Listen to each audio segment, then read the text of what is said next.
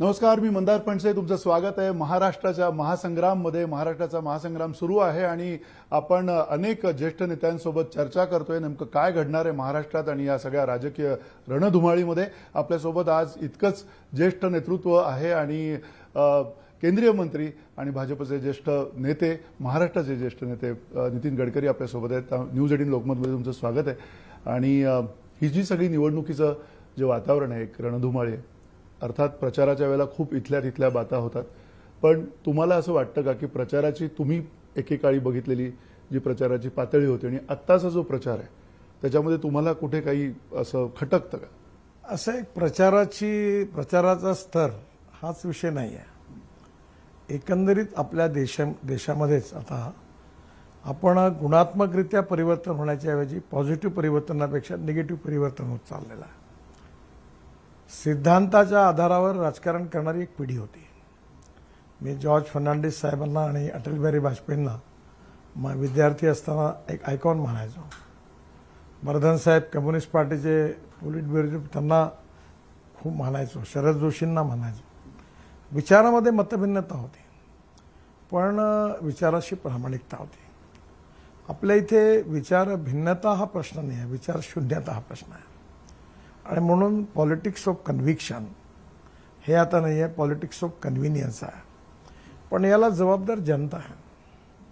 कारण जोपर्यंत उत्तम विचाराधिष्ठित काम करणारे चांगले कार्यकर्ते, नेते यांना जात, पंथ, धर्म, भाषा सोडून लोक जेव्हा त्यांच्या मागे उभं राहतील, तर पुण्यामध्ये आपण आहोत, SM जोशी होते, नाग गोरे होते, रामभाऊ माळगी होते, अण्णा मोहन धारिया होते.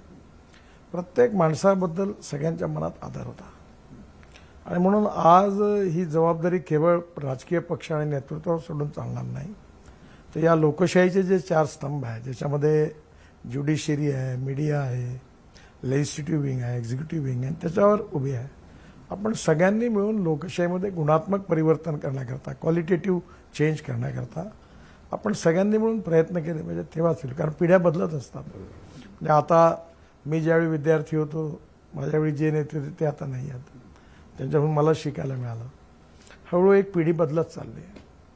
राज्यातली बदलते, देशातली बदलते. पण हा देश महत्त्वाचा आहे. इथली इतिहास, संस्कृती, विरासत महत्त्वाची आहे. ही जगातली ही लोकशाहीची म्हणजे खरं म्हणजे मदर ऑफ डेमोक्रेसी हा देश. जगातली सगळ्यात मोठी लोकशाही आहे. सगळं जग आपल्याकडे अपेक्षेने बघत आहे आणि आमच्या सगळ्यांची जबाबदारी आहे की याच्यातून आपण चांगलं वागून एक संवेदनशील लोकशाही आपल्या देशात निर्माण करण्याचा प्रयत्न केला पाहिजे. आणि मला अटल बिहारी वाजपेयी एकदा म्हणाले होते, आम्ही विधानसभा हे काम वगैरे बंद पाडलं होतं, एक मुंबईत आले होते. ते म्हणाले शालीनता से क्या अपनी भाषा का गलत इस्तेमाल न करते हुए स्तर के साथ क्या अपनी बात रखी नहीं जा सकती क्या? ये दौड़ के जा रहे हो स्पीकर के सामने, ये उठा रहे, वो फेंक रहे, ये सब क्यों करते आप? ठीक नाही आहे. आम्ही तुमचं राजकारण बघितलंय. म्हणजे आम्ही ज्यावेळेला सुरुवात केली होती पत्रकारितेमध्ये तुमचं राजकारण बघितलं होतं. तुम्हाला आणि बाळासाहेबांना आम्ही एकत्र बघितलं होतं, खास करून मुंबई पुणे एक्सप्रेसवेनी. आज पण आम्ही ज्यावेळेला येत होतो तेव्हा तुमची आठवण आली आवर्जून. आणि बरंच बदलतंय सगळं. तर तुम्हाला असं वाटतं का की आत्ताचा जो गुणात्मक मुद्दा तुम्ही काढला तसा आत्ताच्या राजकारणामध्ये पक्षांमधलं पण जे वितुष्ट आलेलं आहे ते कुठेतरी कमी होईल, काही आशा आहे असं तुम्हाला वाटतं? असं आपण लोकशाहीमध्ये एकमेकाचे विरोधी आहोत, शत्रू नाही आहोत. हिंदुस्थान पाकिस्तान नाही आहोत.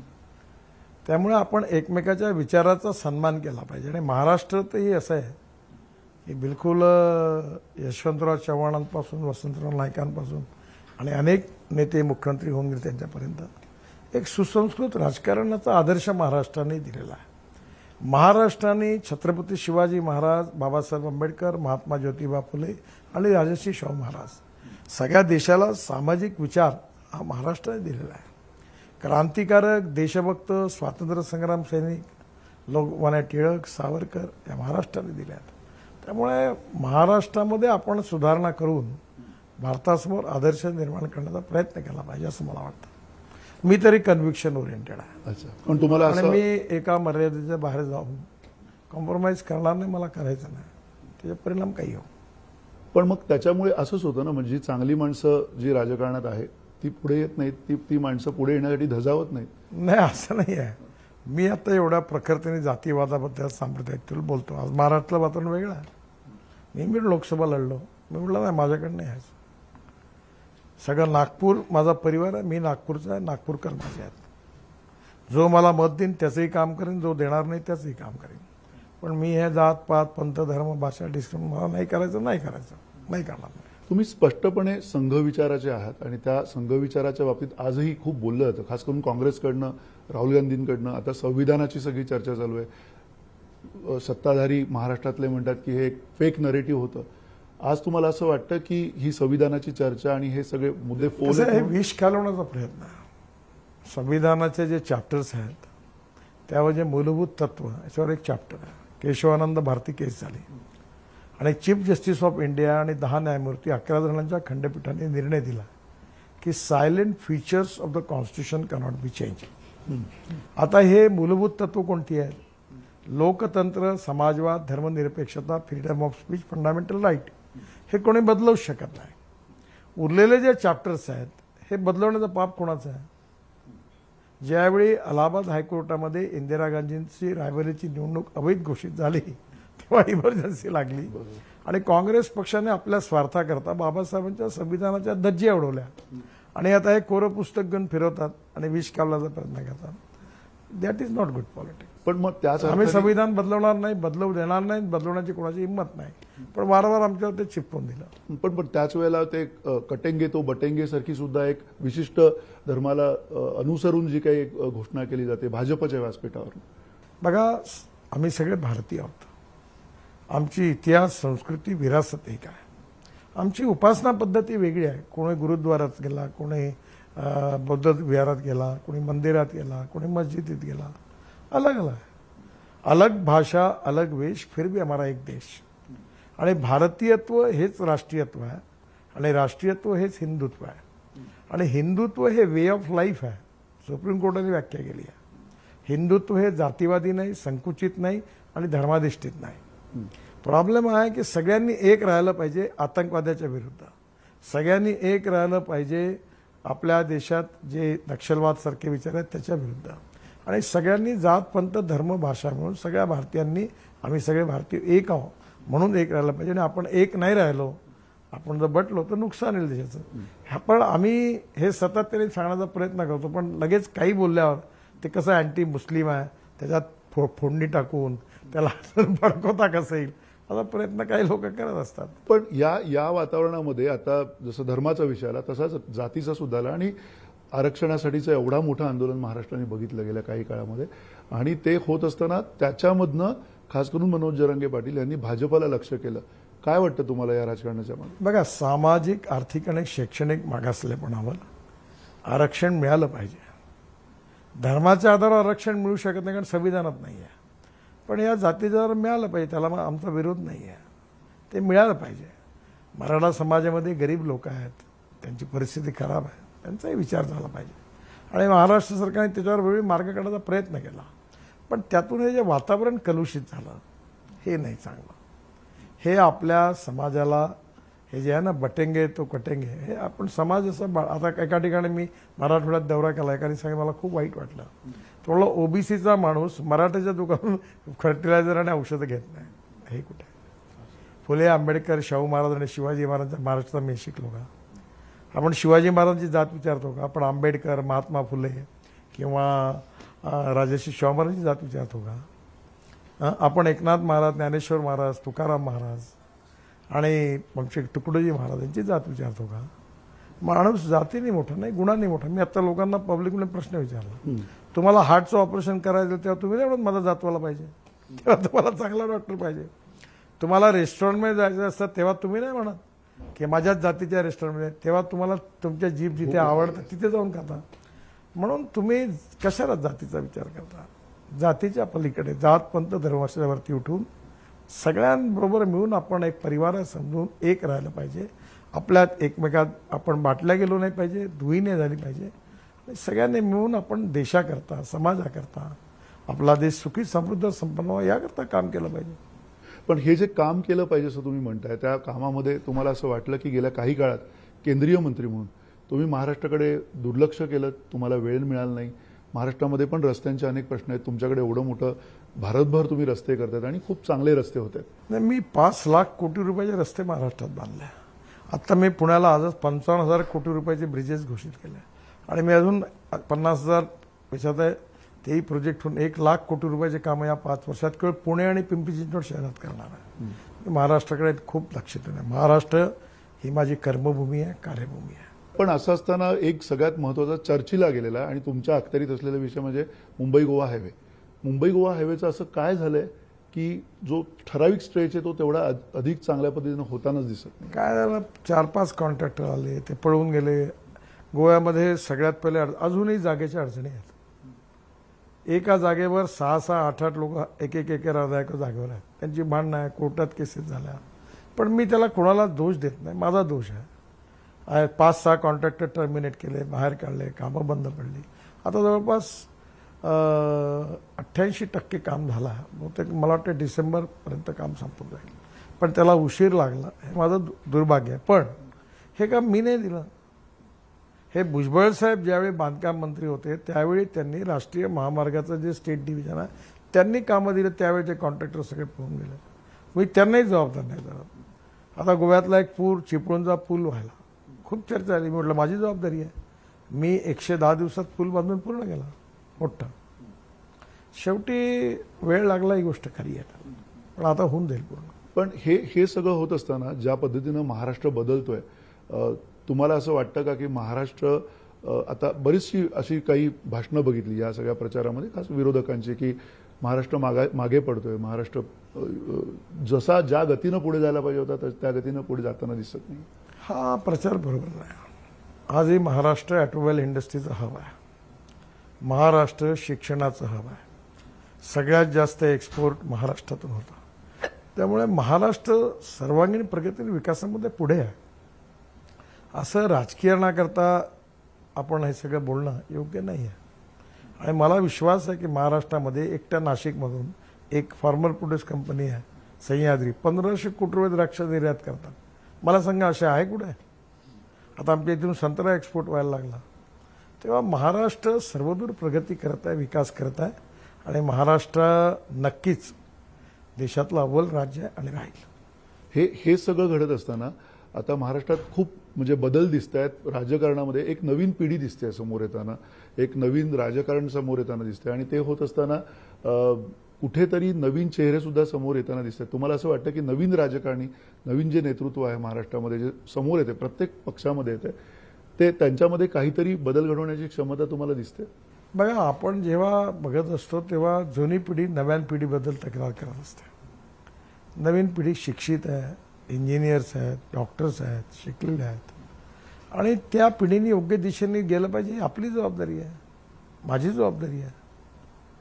आणि त्यामुळे पक्षाचे ट्रेनिंग क्लासेस चालवणं, प्रशिक्षण वर्ग चालवणं, त्यांना नवीन विजन देणं, याकरता सगळ्या राजकीय पक्षांनी प्रयत्न केला पाहिजे.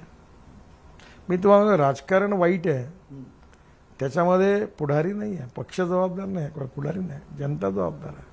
पण हे सगळं अगदीच गरजेचं आहे. पण त्याबरोबरीनं तुम्हाला असं वाटतं की आत्ताची जी सगळी युती, म्हणजे युती तर तुम्ही बघितले, 95च्या युतीमध्ये सुद्धा त्यावेळेला जवळजवळ 40च्या आसपास मला वाटतं छोटे पक्ष आणि अपक्ष आमदार होते. तुम्हाला अशीच काहीशी परिस्थिती यावेळेच्या राजकारणामध्ये? Politics is a game of compromises, compulsion, limitation and contradictions. आणि प्रत्येक पक्ष सत्तेत येण्याकरता निवडणूक लढतो, हे नेकेड ट्रूथ आहे. आणि त्यामुळे अशा अलायन्सेस होत असतात. आणि हे आज नाही होतं, याच्या आधीपासून म्हणजे या सगळ्या होत आलेल्या आहेत. पण मग या अलायन्सेसमध्ये खूप काही कॉम्प्रोमाइज करायला लागतं असं वाटत नाही? म्हणजे सांगतो ना, कॉम्प्रोमाइजेस पॉलिटिक्स गेम जास्ती, म्हणजे जेव्हा पक्ष म्हणून भाजप आता ते प्रत्येक पक्षाने ठरवायचं की कॉम्प्रोमाइजेस किती लेवलवर करायचे, किती लेवलवर करायची आणि नाही करायची, शेवटी प्रत्येक पक्षाच्या नेतृत्वाने ठरवलं. मला असं वाटतं भाजपनं कॉम्प्रोमाइज केलं. माझी याच्यावर कुठल्याच प्रकारे मी येत नाही. पण त्या ठिकाणी त्या ठिकाणचं नेतृत्व राज्याचं आणि पक्षाचं हित घेऊन विचार करत असतात. पण ज्या पद्धतीनं पक्ष फुटले किंवा फोडले गेले, ह्या ज्या प्रक्रिया महाराष्ट्रात, तुम्ही हे बघा, पवार साहेब जेव्हा महाराष्ट्राचे मुख्यमंत्री होते, सगळ्यात जास्त पक्ष त्यांच्या काळात फुटले. एक जनता दल होतं, ते सुधाकर नायकांनी फोडलं. शिवसेना पवार साहेबांच्या आशीर्वादाने सुधाकरराव नाईकांनी त्यावेळी फोडली, भुजबळ वगैरे बाहेर आले. बघा, राजकारणामध्ये हे ऑब्व्हियस आहे आणि या गोष्टी घडत असतात, पण याच्या मर्यादा ठेवून आपण त्या सुधारण्याचा प्रयत्न केला. पण जेव्हा पक्षात असे आमदार तयार होतील की मी माझ्या सिद्धांताशी आणि माझ्या संघटनेशी विश्वासघात नाही करणार, जे व्हायचं ते होईल. मला सांगा, त्या काळात 4च आमदार होते बाहेर. रामभाऊ माळगी होते, लक्ष्मणराव मानकर होते, भाऊसाहेब फुंडकर होते, किसनलाल संचेती होते, फार देलार पाडवी होते, उत्तमराव पाटील का निवडा. ते कधी 4 होते, त्यांना नाही का त्रास झाला. रामभाऊ माळगी होते, त्यांनी नाही सोडला पक्ष. ते तत्वाकरता काम केलं. मी तो आदर्श घेऊन आम्ही पुढे जातो. मग कुठेतरी पक्ष जे आहेत ते आता हतबल झालेत सगळ्या निवडणुकीच्या राजकारणात. या काळाच्या ओघामध्ये कोणी हतबल झाला नाही. जे मी पहिल्यांदा तुम्हाला सांगितलं की हा खेळच असा आहे आणि हा खेळ जर सुधारायचा असेल तर एक जण नाही सुधारू शकत. पिढ्यानपिढ्या अनेक लोकांना याकरता काम करावं लागेल आणि आम्हाला संघाचा वारसा मिळाला, संस्कार मिळाले आहेत. अजून बाकीच्यांनी पण ज्या विचारात त्या विचाराचा वारसा घेऊन त्याच्यावर आत्मपरीक्षण करून आत्मचिंतन करून दिशा ठरवली पाहिजे. तर काही प्रमाणावर ते सुधरतील. आजही चांगले लोक आहेत, असं नाही आहे. तुम्ही परवा काही अधिकाऱ्यांना मला असं बोललात, म्हणजे वन अधिकाऱ्यांनी रस्ते अडवलेत, काही आवडले, हे सगळे नियम आहेत. म्हणजे कुठेतरी काही नियम नाही. अहो, जो रस्ता आहे आधीपर्यंत त्याची बीड जेवढी आहे त्याच्यावरही रस्ता बांधायचा नाही. नवीन काहीच नाही. झाड तोडायचं का नाही, रस्ता तोच आहे. आणि ज्या काळात तो रस्ता आहे तो समजा 2 मीटर 2 लेन पेव शेड्यूलचा आहे तेवढाच आहे. तेवढा डांबरी रस्ता आहे तोही नाही करायचा. आमची परवानगी घ्या. मला गरीब लोक मरून राहिले, मुलं शाळेत जात नाही, शेतकरी आपला माल नेऊ शकत नाही. असं तर आज मला सांगा, गडचिरोली जिल्ह्यामध्ये एक याने अडवून ठेवलं होतं. आता ती स्टील आयर्न ओरची फॅक्टरी सुरू झाली. 5,000 लोकांना रोजगार मिळाला. सगळे नक्षलवादी सोडून आता काम करायला लागले. तो एक सोशो इकॉनॉमिकही प्रॉब्लेम आहे. बाकीचीही कारणं आहेत त्याला, पण सुटला ना प्रश्न. मी काल तिकडे एकदम इंटेरियरमध्ये गेलो होतो. त्यामुळे मला असं वाटतं की अतिरेकी विचार. मी स्वतः 4 कोटी झाडं 3 मीटरचे लावले, 78 लाख झाडं ट्रान्सप्लांट केले. मी या देशातलं प्रदूषण करणारं फॉसिल फ्युएल रद्द होऊन अल्टरनेटिव्हने बायोफ्युएल येण्याकरता माझ्या जीवाच्या तळमळीने काम करत असतो. मी आत्ता ऑक्सिजन बर्ड पार्क बनला नागपूरला. तिथे तलाव आहे, फळं झाडं लावली. माणसाला तोटा आहे, फळंच खाते, फक्त पक्षी खातील असा ऑक्सिजन पार्क बनला. म्हणजे एन्व्हायरमेंट आणि डेव्हलपमेंट दोघांनी हातात हात घेऊन बरोबर गेलं पाहिजे. एन्व्हायरमेंट प्रोटेक्ट केलं पाहिजे आणि विकास पण झाला पाहिजे. हा त्यातला खरा मार्ग आहे. एक शेवटचा प्रश्न की या सगळ्या रणधुमाळीमध्ये आत्ताच्या, कारण राजकारणाच्या निमित्ताने आणि निवडणुकीच्या निमित्ताने आपण बोलतोय, येणाऱ्या काळामध्ये तुम्हाला असं काही चित्र वाटतंय की उद्धव ठाकरे यांची जी शिवसेना आहे ती पुन्हा एकदा कधी भाजपच्या जवळ जाऊ शकते, इतकी दरी पडली? आता त्यांनी काहीतरी शिवाजी महाराजांची शपथ घेऊन वगैरे काहीतरी सांगितलं असं मी ऐकलं की मी पुन्हा भाजपवर जाणार नाही असं काहीतरी मला कोणतरी म्हणत, मला माहिती नाही. असं आहे, भारतीय जनता पार्टी, शिवसेना आणि राष्ट्रवादी काँग्रेस ही जी महायुती आहे ही निवडून येईल, आमचं सरकार येईल असा माझा पूर्ण विश्वास आहे. तेवढा विकास तुमच्या दृष्टिकोनातून दिल्लीतनं बघताना महाराष्ट्र तेवढा विकसित होतोय, त्या वेगाने विकसित होतोय, अजून वेगाने होईल. आणि मोदींच्या नेतृत्वाखाली पूर्ण भारत सरकार महायुती सरकारच्या मागे खंबीरपणे उभं राहील. स्थिर सरकार येण्याची शक्यता कितपत? 101% पूर्ण स्थिर सरकार. स्थिर सरकार येईल महाराष्ट्रामध्ये. आणि युती आघाडी कुठलंही जे काही सरकार येईल त्या सरकारामध्ये तुम्हाला असं वाटतं की ती स्थिरता येण्यासाठी पक्ष म्हणून मी तेवढं युतीचं सरकार येणार, आमचं सरकार येणार, मेजॉरिटी मिळणार आणि या सरकारला भारत सरकार पूर्ण ताकदीनिशी त्या सरकारच्या मागे उभं राहणार. धन्यवाद नितीन गडकरी, तुमचे मनापासून आभार आहे. आणि अर्थातच या महाराष्ट्राच्या रणसंग्रामामध्ये आपण अतिशय मोकळेपणाने नितीन गडकरी ज्येष्ठ नेते यांच्याशी जी चर्चा केलेली आहे, चर्चेमध्ये स्पष्टपणे त्यांनी आपली मतं मांडलेली आहेत. तुर्तास इथेच थांबतो. धन्यवाद. नमस्कार. नमस्कार.